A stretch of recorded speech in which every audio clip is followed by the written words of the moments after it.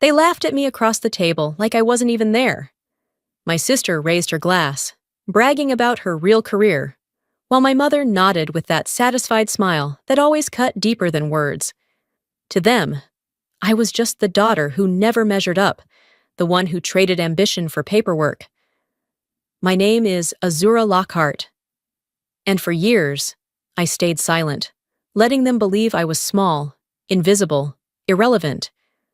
But silence has a breaking point, especially when the very contract my sister is celebrating is sitting on my desk, waiting for my approval. Sunlight poured through the ironwork windows at Union Station, turning the marble floor into a bright grid beneath our table.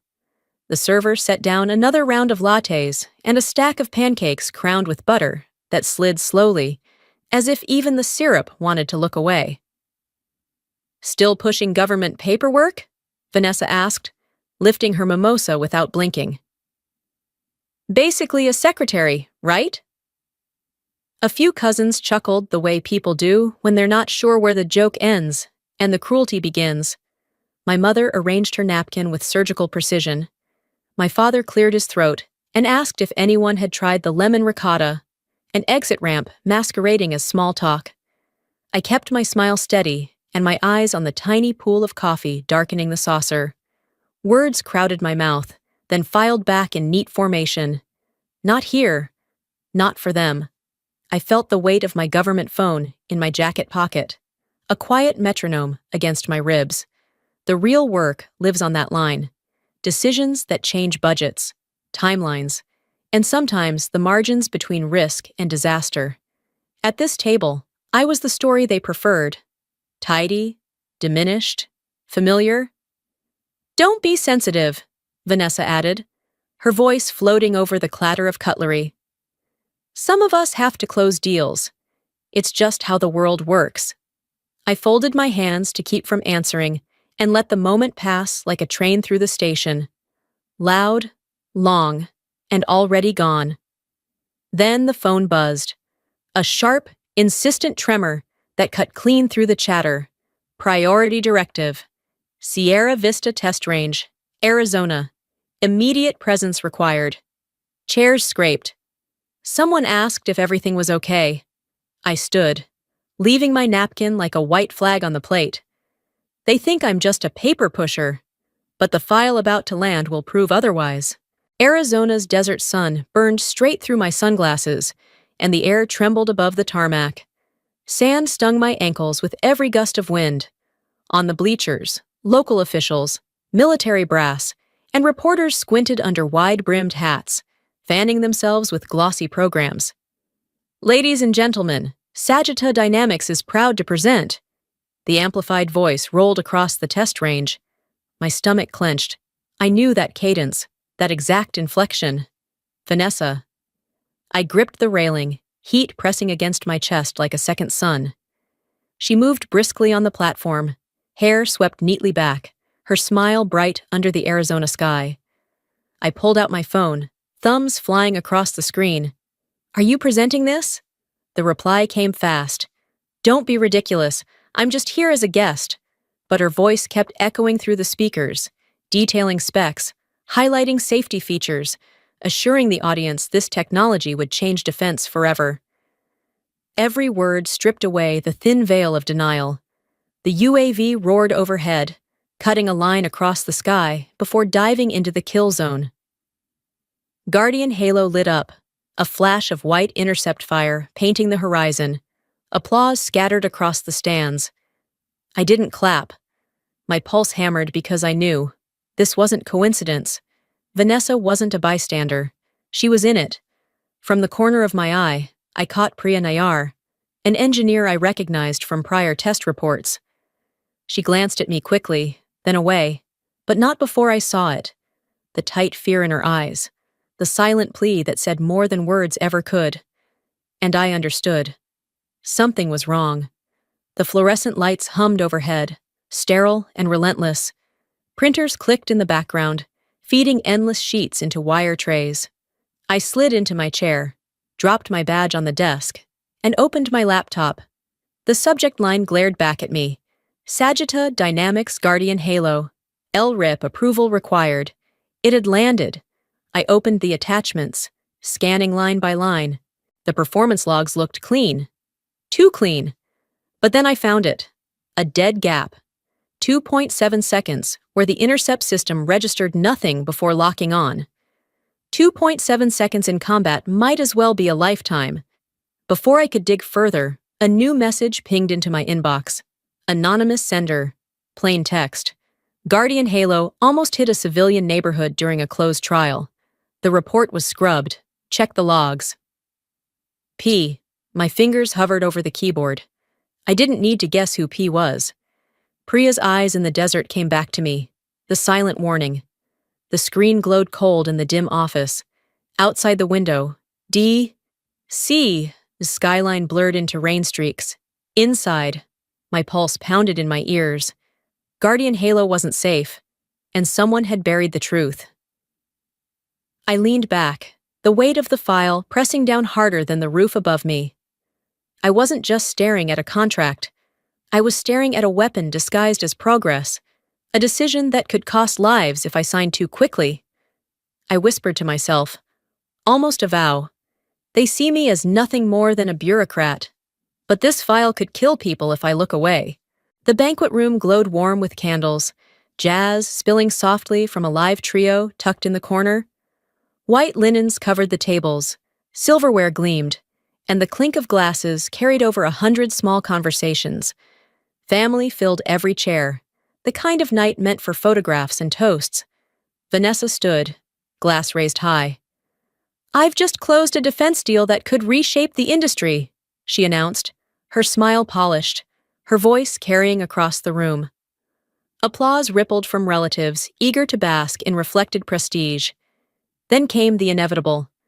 An aunt leaned toward me, voice sweet as syrup. "Eve, how's your job these days? Still pushing papers for the government?" A few chuckles followed, knowing and dismissive. I set down my wineglass, the stem cold between my fingers. My eyes locked on Vanessa. "You might want to be careful bragging," I said evenly, "because the Guardian Halo contract you're celebrating is sitting on my desk, waiting for my approval." The room froze. My father's hand hovered mid-air. His fork paused above the plate. My mother's eyes dropped to her drink, the candlelight refracting in the glass. Conversations died in a hush thick enough to choke on. That night, long after the last toast, my phone rang. A political aide's voice crackled down the line. "If you don't sign off soon, you're looking at thousands of local jobs lost. Think carefully, Ms. Calder." I stared out the hotel window, neon lights blurring against the dark Colorado sky. For the first time, my family knew the truth. And already, the pressure was multiplying. Rain tapped against the office window, streaking the city lights into smeared ribbons.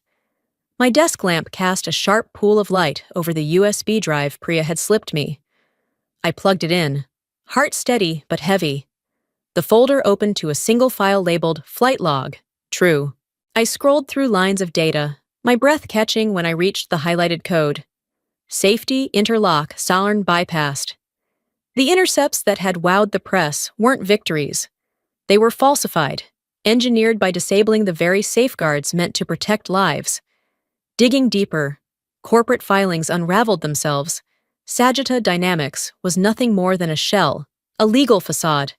The true owner, Aegis Aero Systems. The law firm attached to their contracts? Vanessa's signature dotted the paperwork. She hadn't just boasted at brunch. She was inside the very machine I now held in my hands. The sister who mocked me tied directly to the weapon she wanted me to bless with my approval. I printed the logs, slid them into a plain folder, and locked it in my cabinet. The paper felt heavier than steel. Something in my gut told me it wouldn't be long before someone tried to make it disappear. I leaned back, rain still drumming against the glass. The city swallowed in shadow. This wasn't just a contract anymore. It was my sister, and behind her, a corporation ready to crush anyone standing in their way. The bar was dim, tucked into a side street where rain streaked the windows and jazz played low from an old speaker. Vanessa slid into the booth across from me, her blazer still damp at the shoulders. She spoke quickly, as if rehearsed, but her eyes betrayed a flicker of doubt. "If you don't sign," she said, leaning forward, "the hospital where Dad's being treated will lose its funding from Aegis. Do you really want to do that to him?" The words cut sharper than any headline. She wasn't just my sister anymore. She was the messenger of a corporation willing to weaponize our father's health. That night, the storm outside followed me home in a different form. News alerts exploded on my phone. Government official blocks technology that protects our troops. Jobs at risk. My photo, snapped leaving a metro station, splashed across the front page, the caption casting me as the villain. By morning, I was summoned for review. I braced myself to be pulled from the process altogether. Instead, the department's attorney looked me dead in the eye. "There's no direct legal conflict of interest. You retain full authority to chair the review board." I walked out of that office knowing one thing for certain. I had nearly been shoved off the table. But instead of losing my seat, I'd be the one holding the gavel. I wasn't out. I was in. Sitting at the very head of the table they thought they could steal from me. The room felt more like a courtroom than a conference space. The flag stood tall behind glass walls. Rows of brass and lawmakers lined the front row, their expressions tight with expectation. Every whisper died when the COO of Aegis rose. "Priya Nayar is a disgruntled engineer," he declared. "Her claims are baseless and damaging." Priya sat in the back, hands clenched in her lap, the weight of the accusation pressing her lower in her chair. I rose slowly, letting my voice cut through the tension. "The Whistleblower Protection Act applies here, and this board will not bury evidence. We're ordering a public retest, under the eyes of the press, the community, and every one of you in this room." Gasps rippled across the chamber. A senator shifted uncomfortably. The COO's face blanched, his confidence faltering. From behind me, I felt Priya's gaze, her eyes wet but steady. For the first time, someone had stood between her and the machine trying to silence her. I hadn't signed away responsibility. I hadn't walked away. I had dragged Aegis into the one arena they feared most, the light of day. Either they would fall here, or I would. But this time, the fight would not happen in shadows. The desert sky bled into gold and crimson as the sun sank behind the jagged mountains. The old airstrip hummed with tension, rows of folding chairs packed with senators, city officials, defense brass, reporters, and curious locals. Camera lenses gleamed like a forest of eyes, all fixed on the launch pad. The announcer's voice cracked over the loudspeakers. "Commencing intercept test. Target drone airborne." The UAV screamed across the horizon, a silver streak against the fading light. Guardian Halo powered up, lights blinking in sequence, the hum of electronics rising like a chorus about to break into song. And then, nothing. A flat, hollow silence swallowed the range. A single beep echoed from the console. Error code, system freeze. The target drone sailed unharmed through the kill zone, vanishing into the horizon as though mocking every promise Sajida had made. The bleachers erupted, murmurs, gasps, questions hissed from one row to the next. Cameras snapped furiously, shutters firing like machine guns. Reporters leaned forward, phones raised, already live-streaming the failure to the world. The COO of Aegis blanched, his knuckles white around the railing. Engineers scrambled at consoles, flipping switches, whispering frantic excuses. But the truth was laid bare in the silence. Without bypassing the safety interlock, Guardian Halo couldn't do what it had claimed. I stepped forward, my voice steady enough to cut through the storm. "A success that isn't safe," I said, "is still a failure." The words carried across the tarmac, into microphones, into headlines before the ink was dry. Faces turned toward me, some stunned, some relieved, some furious.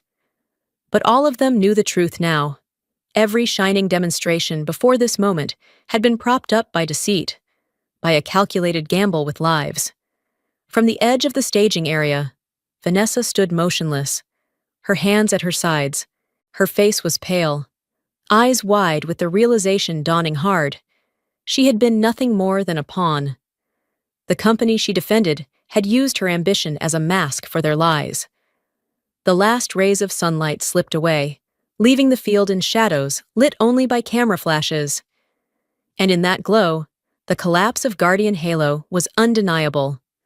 A contract built on false victories had just disintegrated in full view of the nation. The fallout came fast, louder than any press release or boardroom denial. Within a week, the Department of Justice and the Inspector General launched parallel investigations into Aegis Arrow.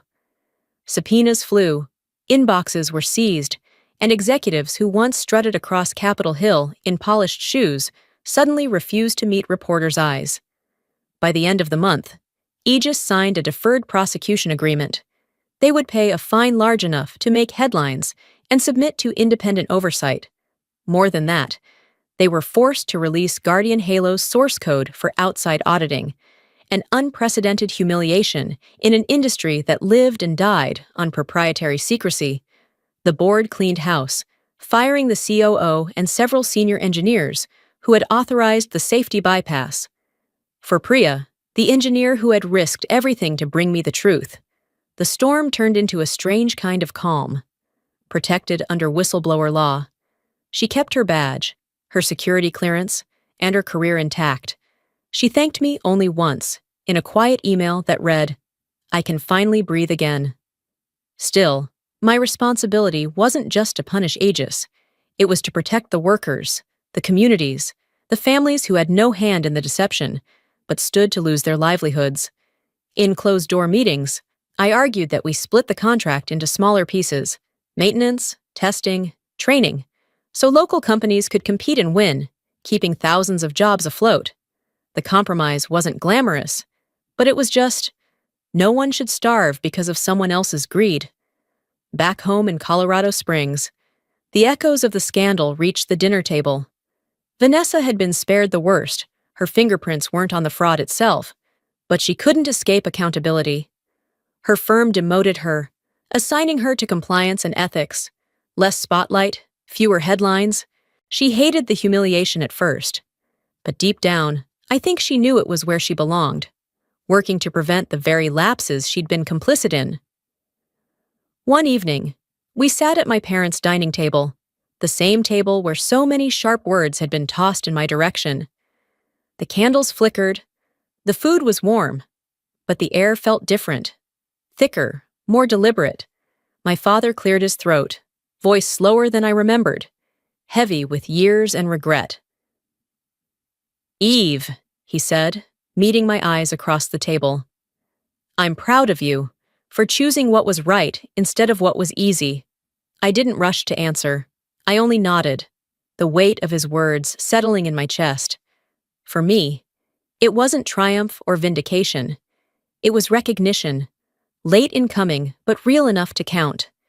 That night, for the first time in a long while, the silence at our table didn't feel like a wall. It felt like a bridge. The desert morning was stripped clean of heat, the kind of crisp blue sky that made every edge sharper, every color brighter. I stood at the edge of the airstrip, the pavement stretching out like an arrow into the horizon. Engines whined in the distance as National Guard units trained with the new system, the replacement that had passed every independent safety audit. A pair of interceptors streaked upward, trailing white ribbons across the sky before dropping a target drone clean out of the air. No bypasses, no doctored logs, just a system that worked as promised. The crowd of young soldiers cheered, some raising their fists, some slapping each other on the back. For them, it wasn't politics. It was the difference between living through deployment and coming home in one piece. My phone buzzed softly in my pocket. I slipped it out, shielding the screen from the glare. A message from Priya. "Thank you for keeping us safe." Simple words, no flourish, but they struck deeper than any medal or plaque ever could. I typed nothing back, only held the phone for a moment before sliding it away. Some things didn't need a reply.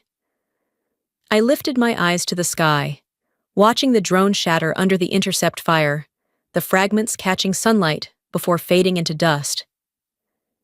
The American flag on the hanger snapped hard in the wind, red and white slashing against the endless blue.